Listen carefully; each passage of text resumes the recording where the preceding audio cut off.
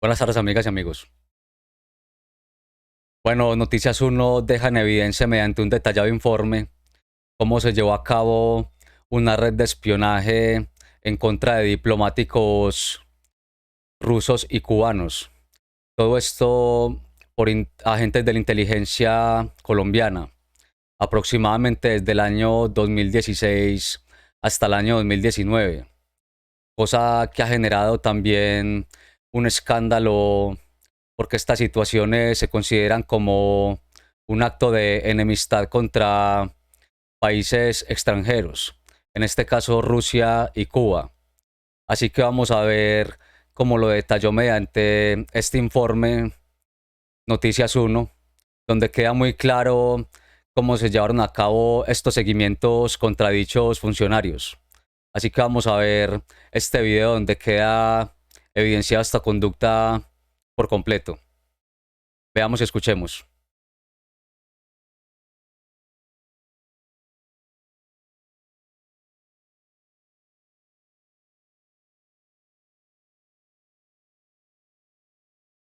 De espionaje contra diplomáticos de las embajadas de Rusia y Cuba entre 2016 y 2019. Noticias 1 tiene documentos que así lo prueban. Enrique Tapias.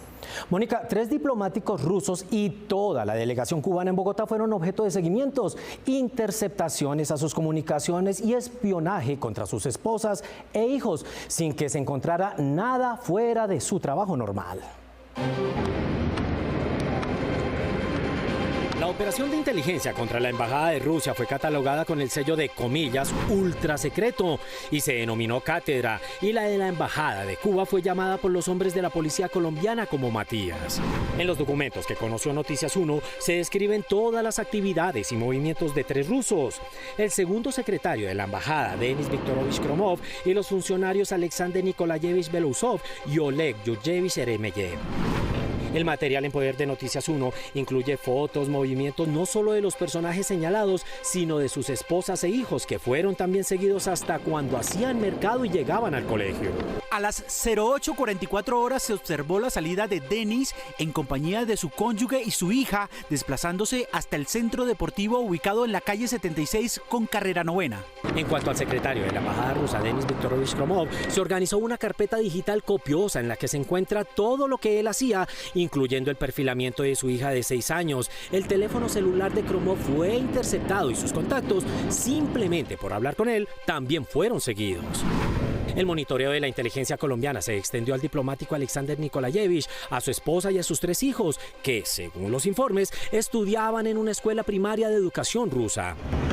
La vigilancia y control sobre este edificio, en donde residen varios funcionarios de la embajada rusa y sus familias, se realizó desde este puesto ambulante de venta de dulces y cigarrillos, que en realidad era atendido por un agente de inteligencia, quien estaba acompañado en su espionaje por este otro agente, que se disfrazó de vendedor de helados para poder vigilar el frente de las residencias. Se implementó la caracterización de vendedor de Bonais en la carrera 9 con calle 79, Nido 1, zona de los objetivos, para poder tener un mayor control y cobertura en el lugar, la cual permitió observar la salida y llegada de los objetivos en mención, evitando ser detectados por terceras personas.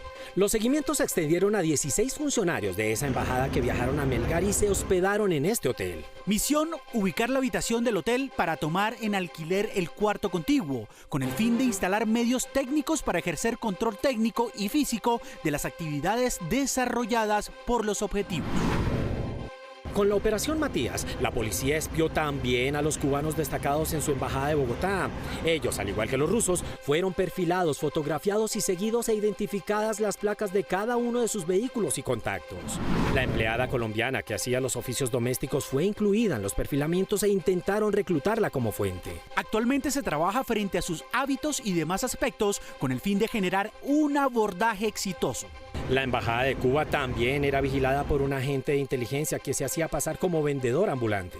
Con el fin de recolectar datos de interés, en este punto se caracterizó un integrante del grupo como vendedor de dulces. Mediante esta actividad se identificó el personal que labora allí, asimismo como el parque automotor que es empleado por estas y demás personas. Según la evidencia documental que tiene Noticias 1, estas actividades, que pueden considerarse en el mundo de la diplomacia como altamente inamistosas con los pueblos que representan, ocurrieron entre 2016 y 2019.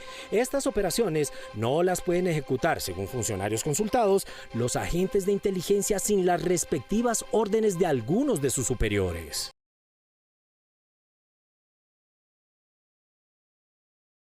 Como podemos ver, aquí hay algo irónico, y es que ciertos sectores políticos del país insisten en las intervenciones que ha hecho Rusia supuestamente para ayudar candidatos, en este caso a Gustavo Petro, cosa que no se ha podido demostrar, pero lo que sí se puede demostrar es esta situación, que lo que sí se dedican o se han dedicado por años agentes de inteligencia colombiana, influenciados por sectores políticos, sí se han dedicado es a espiar, como queda en evidencia en este informe, que sí se han dedicado a espiar diplomáticos rusos y cubanos, y quién sabe a qué otros funcionarios de otros países.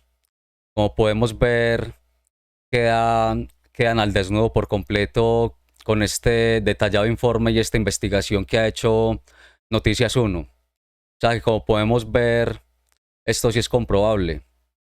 Hay cosas que no se han podido probar de influencia rusa pues en Colombia y en las elecciones, pero lo que sí queda en evidencia con este informe es el proceder de agentes de inteligencia en contra de funcionarios extranjeros, cosa que, como dijimos antes, es considerado en el mundo diplomático un acto de enemistad contra los países en cuestión. Pero vamos a escuchar otra vez este video para que quede bien claro cuál fue el asunto, ya que esto se dio entre los años 2016 y 2019. Escuchemos otra vez.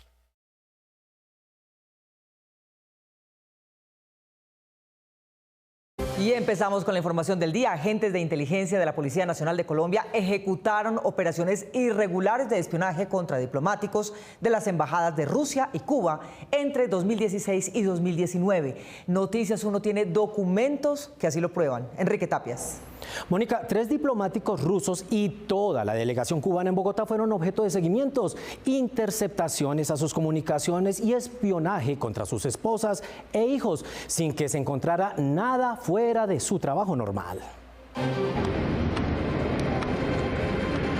La operación de inteligencia contra la Embajada de Rusia fue catalogada con el sello de, comillas, ultra secreto y se denominó Cátedra, y la de la Embajada de Cuba fue llamada por los hombres de la policía colombiana como Matías. En los documentos que conoció Noticias 1 se describen todas las actividades y movimientos de 3 rusos: el segundo secretario de la Embajada, Denis Viktorovich Kromov, y los funcionarios Alexander Nikolayevich Belousov y Oleg Yurjevich Eremeyev. El material en poder de Noticias 1 incluye fotos, movimientos no solo de los personajes señalados, sino de sus esposas e hijos, que fueron también seguidos hasta cuando hacían mercado y llegaban al colegio. A las 08:44 horas se observó la salida de Denis en compañía de su cónyuge y su hija, desplazándose hasta el centro deportivo ubicado en la calle 76 con carrera 9. En cuanto al secretario de la Embajada rusa, Denis Viktorovich Kromov, se organizó una carpeta digital copiosa en la que se encuentra todo lo que él hacía, incluyendo el perfilamiento de su hija de 6 años. El teléfono celular de Kromov fue interceptado y sus contactos, simplemente por hablar con él, también fueron seguidos. El monitoreo de la inteligencia colombiana se extendió al diplomático Alexander Nikolayevich, a su esposa y a sus 3 hijos, que, según los informes, estudiaban en una escuela primaria de educación rusa. La vigilancia y control sobre este edificio, en donde residen varios funcionarios de la Embajada rusa y sus familias, se realizó desde este puesto ambulante de venta de dulces y cigarrillos, que en realidad era atendido por un agente de inteligencia, quien estaba acompañado en su espionaje por este otro agente, que se disfrazó de vendedor de helados para poder vigilar el frente de las residencias. Se implementó la caracterización de vendedor de Bonais en la carrera 9 con calle 79, Nido 1, zona de los objetivos, para poder tener un mayor mayor control y cobertura en el lugar, la cual permitió observar la salida y llegada de los objetivos en mención, evitando ser detectados por terceras personas.